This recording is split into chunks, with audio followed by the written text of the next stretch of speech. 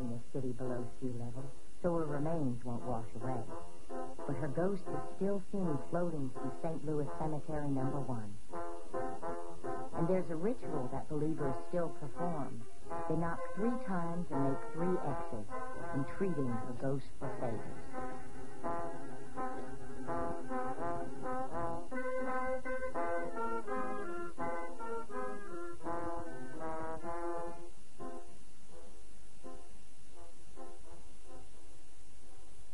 The world will never take ghost research seriously if there's no hard data. But where will it come from if just looking brings ridicule?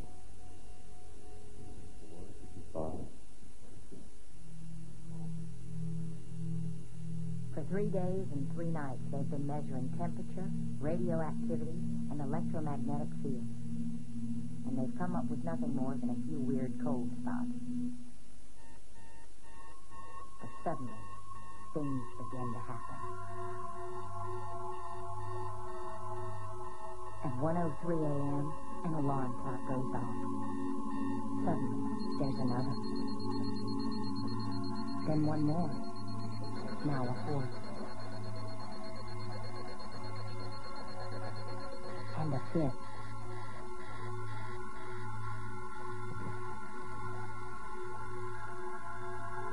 Okay, let's see, which one went off? Is it a prank? Well, nobody admits setting the alarm.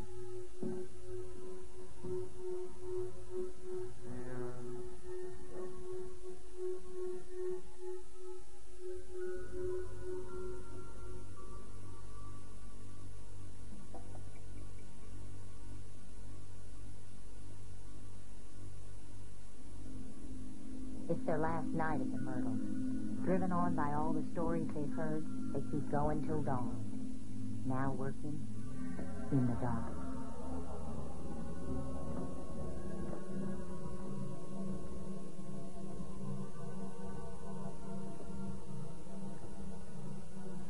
If ghosts only appear at night, most sightings are around 3 a.m. There had to be a way to penetrate the darkness.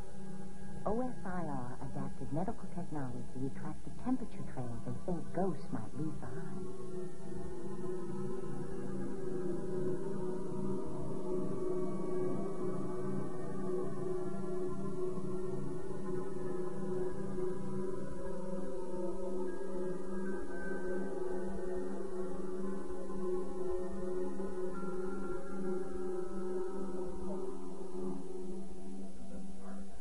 Before they know it, it's daylight.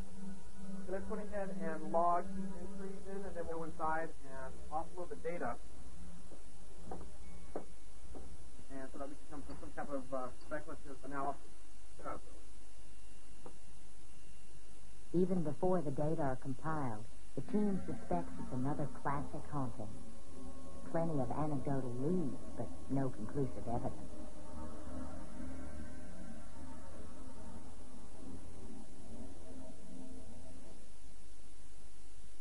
The final report. They have no proof. But there's too much of a history here for OSIR to rule out a paranormal presence. Like most folks down here, John Moss made up his mind a long time ago. Well, your findings will be interesting, but it will, for me, not be a definitive answer one way or the other. I've lived here in the home for a year, and I've encountered things, I've smelled things, sensed, felt. We have spirits around here. You know, there have been people that have lived and died here, and I almost feel as we have the benefit of guardian angels taking care of my family. OSIR claims they have encountered phenomena on other cases that defy the laws of physics. But mainstream science has found no convincing evidence that ghosts exist. So why do ghost hunters keep looking? Many of us who are interested in ghosts do it really to learn more about ourselves and sense it's sort of making contact with the darker side, the shadow side of one's own psyche. A side that folks down here aren't afraid to explore. When the day comes to an end on the bayou, darkness falls, and some of us are just partial to the dark. about yourself. But you had a wonderful culture, and you deserve to have people understand your life, remember you. I want to help. And the truth is, that's why I'm digging you up.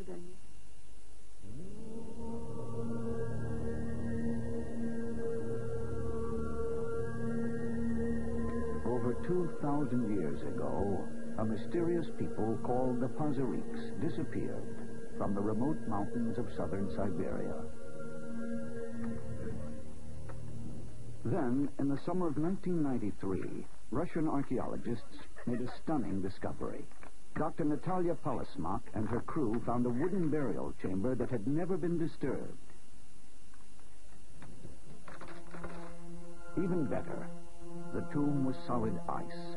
Whatever was buried inside might still be preserved, frozen in time for 2,500 years. When we saw ice, our rapture knew no bounds. I know I will never see anything like it again.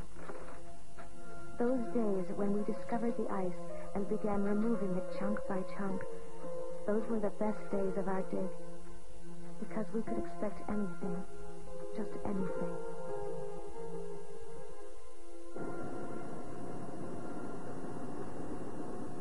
The frozen tomb was a long way from anywhere. Close to the borders of China and Mongolia, on a barren and treeless plateau called the Ukok. Natasha's camp was almost totally isolated, without even radio contact with the outside world. Supplies came only sporadically, on a 5-hour helicopter flight from the nearest city. But the news of discovery brought other archaeologists to even this remote place. For Natasha Polismak had hit the archaeological equivalent of pay dirt after nearly 20 years of work in the cold silence of the Siberian wilderness.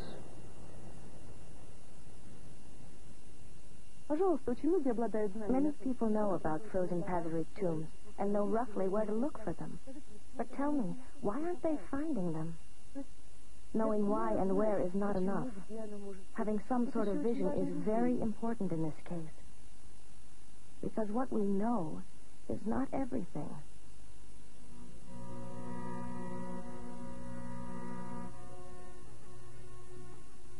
We know hauntingly little about the Pazariks. They were fierce warriors and peaceful herdsmen.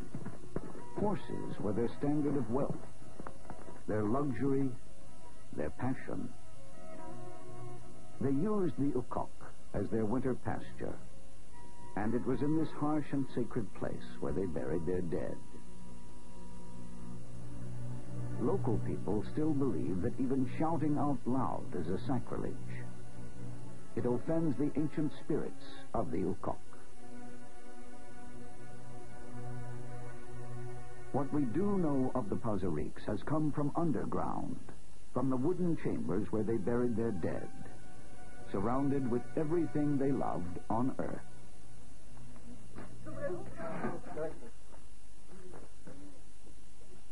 After more than a month of work, Natasha's team finally uncovered the focus of their hopes. An 8-foot-long coffin, carved from a single larch log and sealed with bronze spikes. With it were sealed overwhelming questions.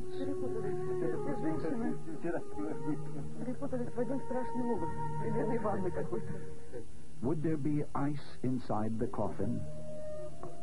Would they find a skeleton or a body preserved for 25 centuries? One thing was certain. The dead man must have been important. He was buried with no less than 6 horses near his coffin.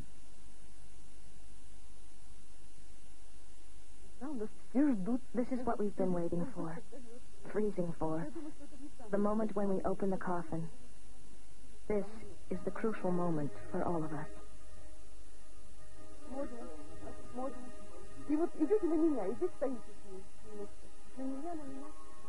Ice, solid ice.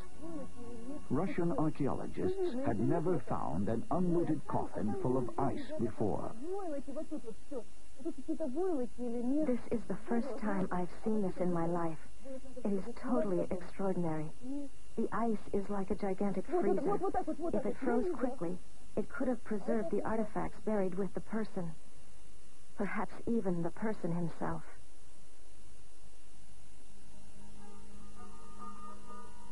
Natasha had reason to hope for a preserved body. In the 1940s, archaeologist Sergei Rudenko excavated 4 huge mounds, finding burial chambers that imitated the earthly home.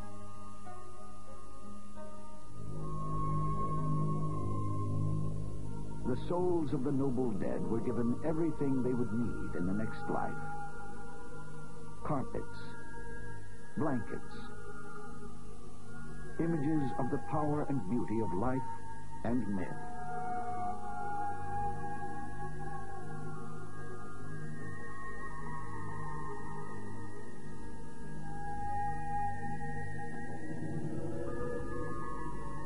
Rudenko found what he believed were concubines, serving their masters in death.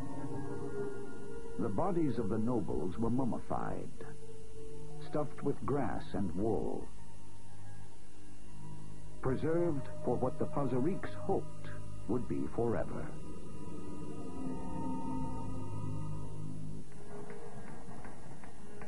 To speed the melting, the crew heated buckets of water with blowtorches. The Siberian summer is short. Natasha had only a few more weeks of good weather to free the remains from the ancient grip of ice.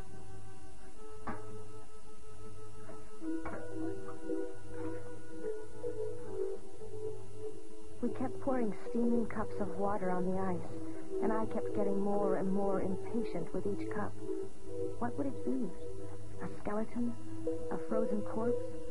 Or even a preserved body? A mummy?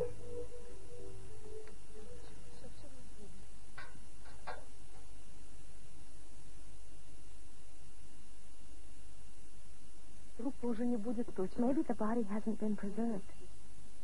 This is just bone. But what's that? Skin? No. It's something strange. There's a very unusual situation here. The skull isn't at the end of the coffin. This is the jawbone here, and the remains of the skull. And here, taking up a third of the coffin, is a large headdress. There's a lot of gold leaf here, covering wooden figures. It's an incredibly elaborate headdress. This is a woman. Who but a woman would wear a headdress like that? It's definitely a woman. Natasha had never found a woman buried alone in a chamber on the Yukon. Now, all she had to do was pry her out of the hammerlock of ice.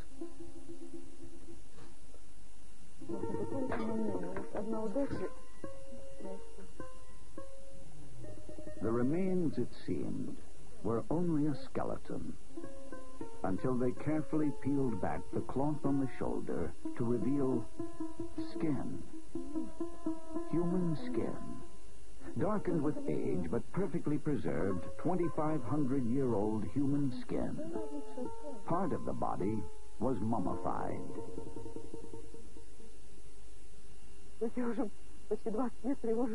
I've been disturbing peaceful sleep in tombs for almost 20 years now. But it feels different with this woman, almost intimate. She never thought that sometime in the future her grave would be opened. I opened her grave and broke the silence of her sleep. Sometimes there's a sort of guilt from hovering over her, taking pictures, discussing her. But she was such an important woman. She would have gotten rid of us in short order.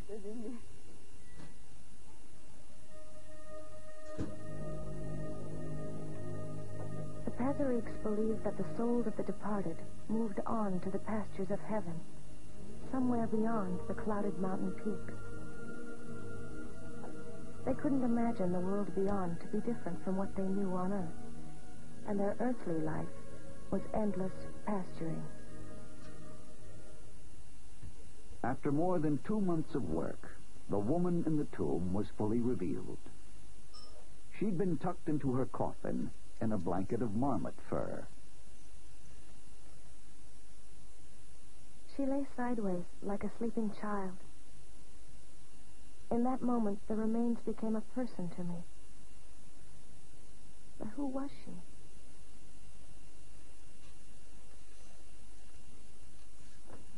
Это вообще уже фантастика. Well, I have to use my imagination, make it up out of thin air. I think that she was probably a warrior in her youth, like many of the young women in Yukak. Then she probably got married. Her life changed somehow. Then probably her sudden death. I cannot guess how she died.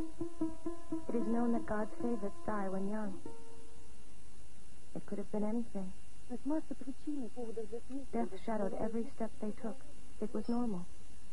She died. She died, but even in death, she was surrounded by her belongings to ease her life in the next world. Her enormous headdress,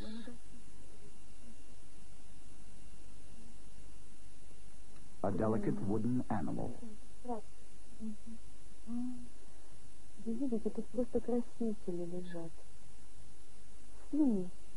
her silver hand mirror,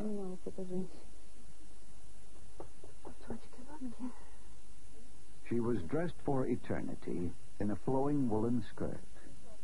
The wool was still soft and pliant.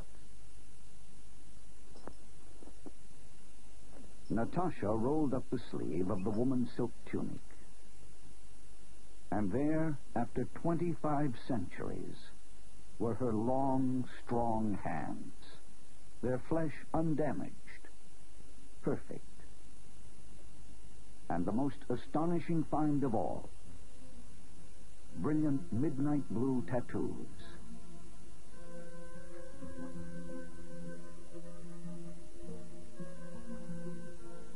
I think that people decorated her body with tattoos as a recognition of her spiritual power. Tattoos were the sign of her status.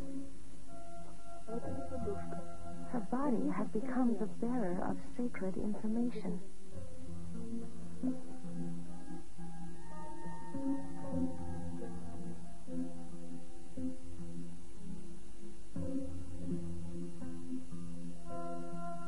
Because she was tattooed. Because she had that unusual high headdress. All this gives the impression that this woman was a sacred person, a healer, a myth maker, a sorceress. She was intuitive. She could predict bad weather and enemy intrusions. She would talk to the spirits. Fierce and invisible griffins would carry her away on their wings to the kingdom of the dead, the pastures of heaven. Or this is my vision of her, at least.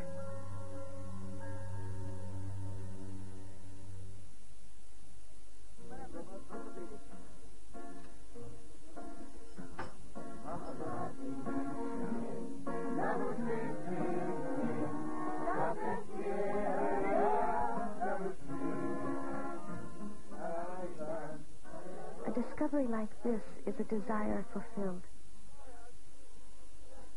You can dream about it while still not believing that it will ever come true. And when it does occur, it's like a miracle. You wonder, my God, how lucky I am. You wonder, why me? It heartens you, lifts your mind, your spirit, and your soul.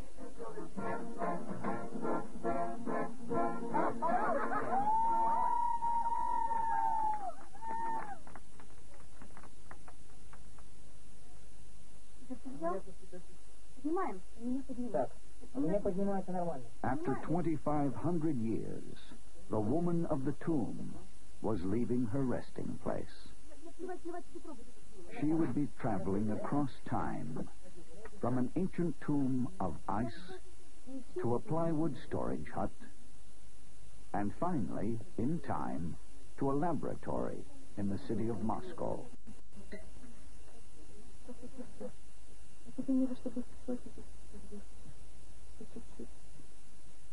I've lived a life with this woman, and the emotions of these years and my feelings for the Ukak have fused together with this tomb. I feel that the lady and I were very lucky together.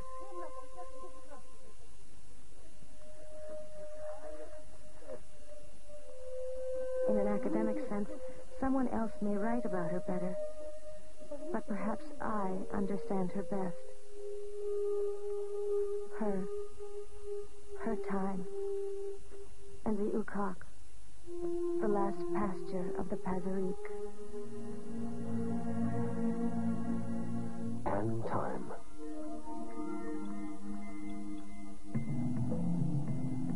Once they were the supernatural realm of an ancient culture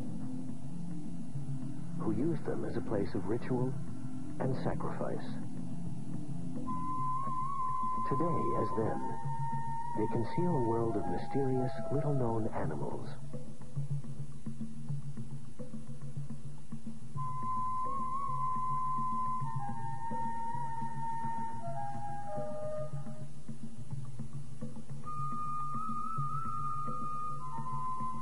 The human culture vanished long ago, but the creatures remain. And now the caves of Belize belong to them.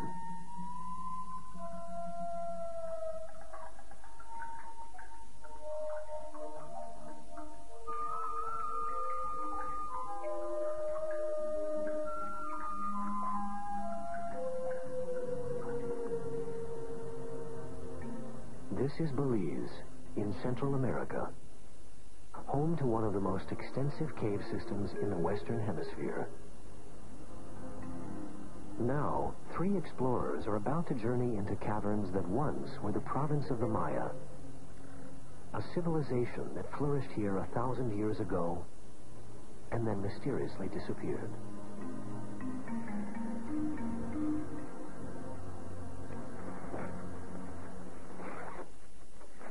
Dr. Jaime Awe is an archaeologist who specializes in the ancient Maya.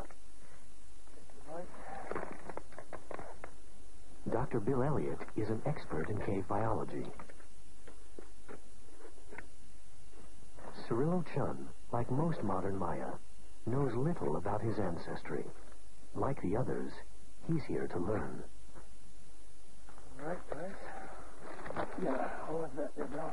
Why don't we just look over the edge here? This trip will be a survey, not a scientific expedition. A way of seeing the caves more like the Maya saw them.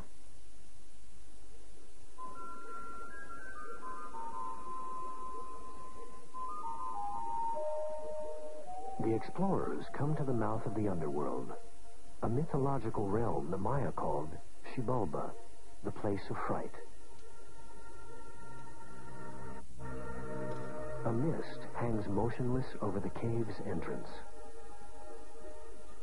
To the Maya, it was the rain gods, coming from their home in the cave, lingering before rising to make clouds and bring rain.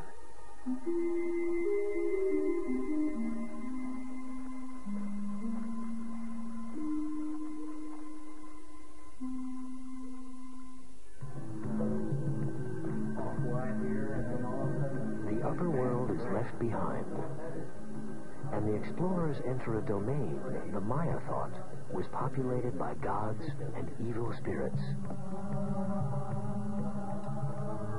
These are the paths traveled by the souls of the Maya dead.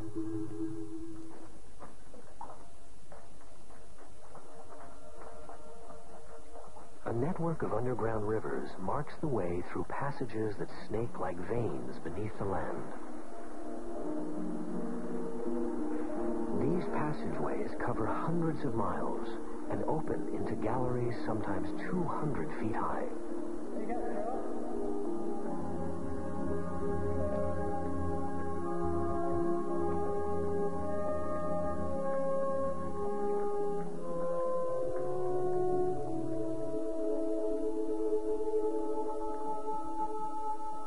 Even to the modern eye, it's an otherworldly sight.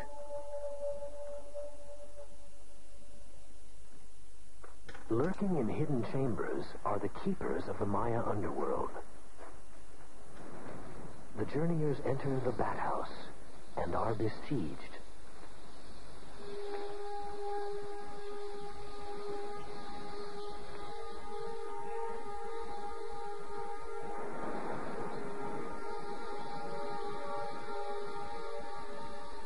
Bats were associated in the Maya mind with darkness and night, with disease and death. They were potent actors in Maya myths, creatures to be reckoned with. The Maya were close observers of nature and might have noticed the relationship between the bat and a creature that feeds on it. The assassin bug needs blood to live. It uses its proboscis like a hypodermic needle.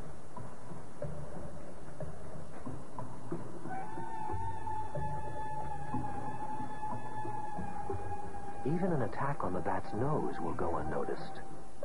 An anesthetic in the bug's saliva makes the operation painless.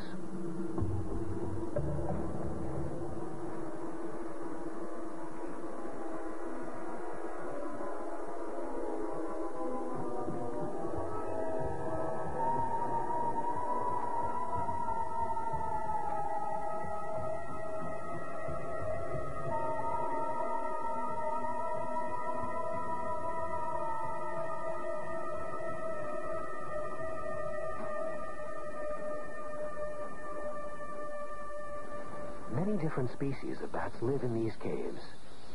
But in this one, it's the fruit bat that's the most important supplier of food. Gathering their provisions in the upper world, they bring the bounty back to the cave and drop the waste to the floor in the form of fruits and seeds. And most vital of all, guano.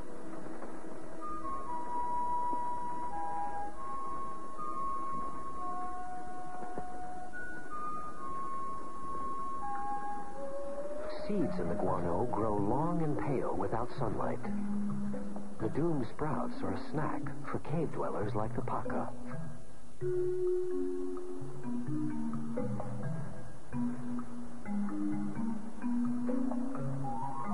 The guano itself feeds multitudes.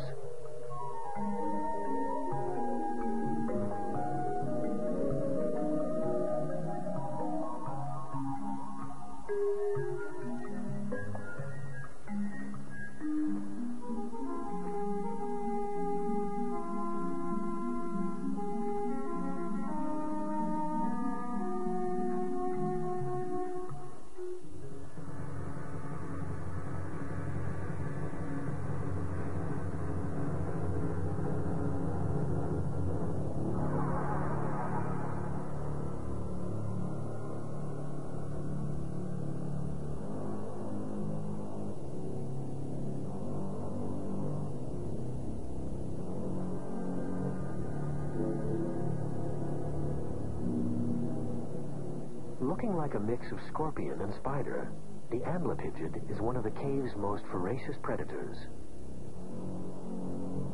It's not after guano, it's after cricket. Extremely elongated legs make the amblypygid sensitive to the smallest vibration. With its own extra-long antennae, the cricket detects the enemy. The amblypygid senses a feast.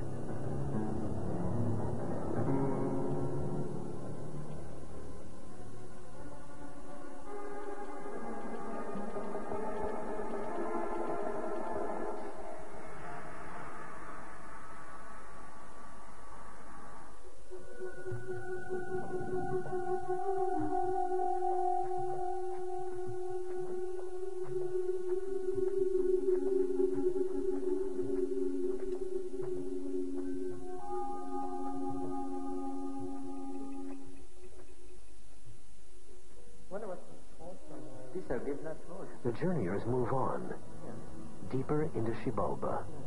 You mean he's getting us to come all the way down here? Oh, yes. We're leaving all the way to the back there. Oh, my God, look at this. Wow. High on a ledge, the explorers come to a single small room. Within this sanctum, a kind of altar. At the altar's center is a piece of slate carved in the likeness of a giant stingray spine. At its base, a blade made of obsidian.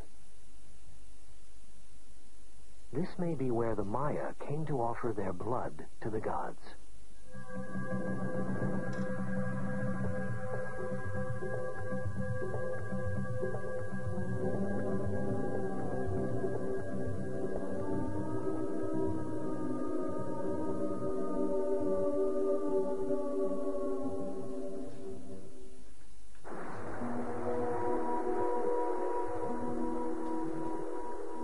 On their journey through the watery underworld, the Maya would have made their way in wooden canoes.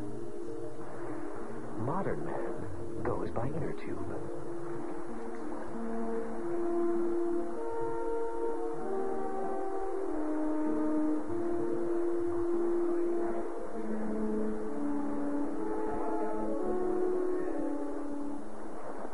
Over time, caves change, rocks fall, creating new openings to the outside world.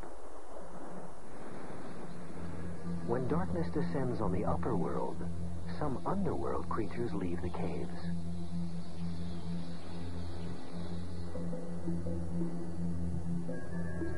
Lurking just outside, the stealthy make ready.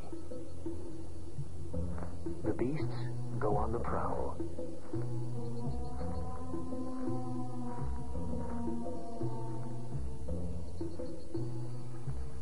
The fruit bat dines on the piper tree.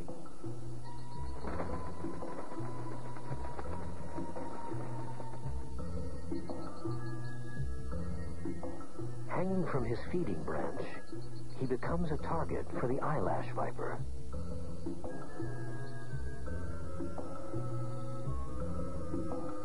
The bat, busy preening, is oblivious.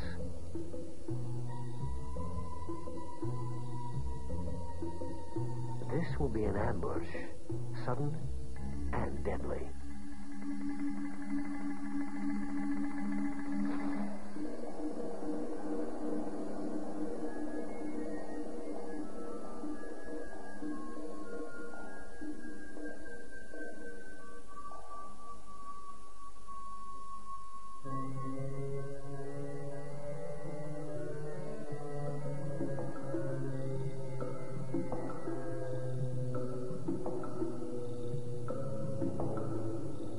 One bat can last an eyelash viper several weeks.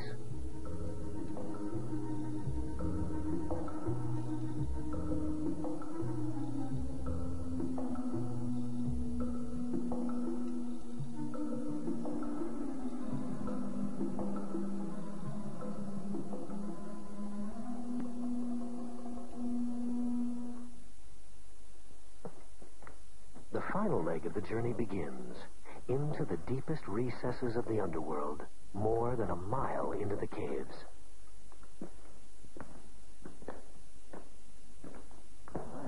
Finally, the travelers come to a chamber. In the darkness and silence, signs of the Maya are everywhere.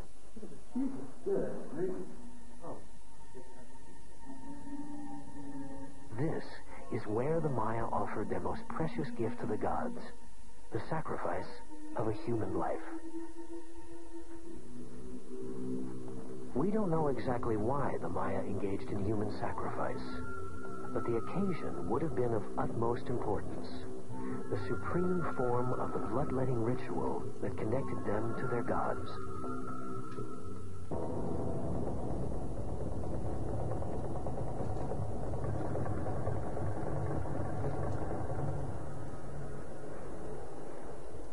This is amazing. Come here. Look at it. Look at all that.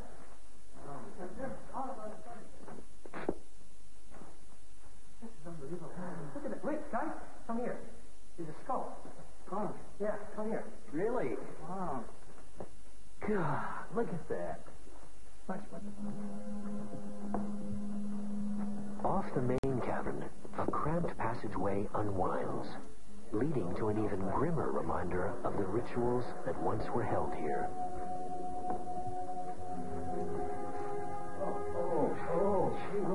Come here. Come here. Breathe. I can't believe it. In this case, the victim seems to have been a young girl.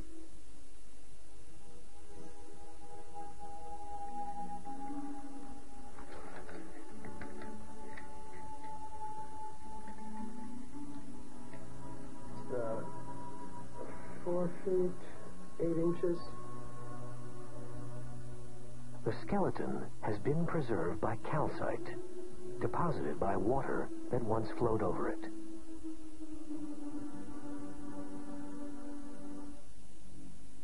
For Cirillo Chun, this trip into Xibalba has had a personal significance. When I first followed Jaime and Bill into the cavern, I was afraid, but I became courageous. Now I can come here alone because there's nothing to be afraid of. I have found my ancestors. In my imagination, they still exist, and they belong to me.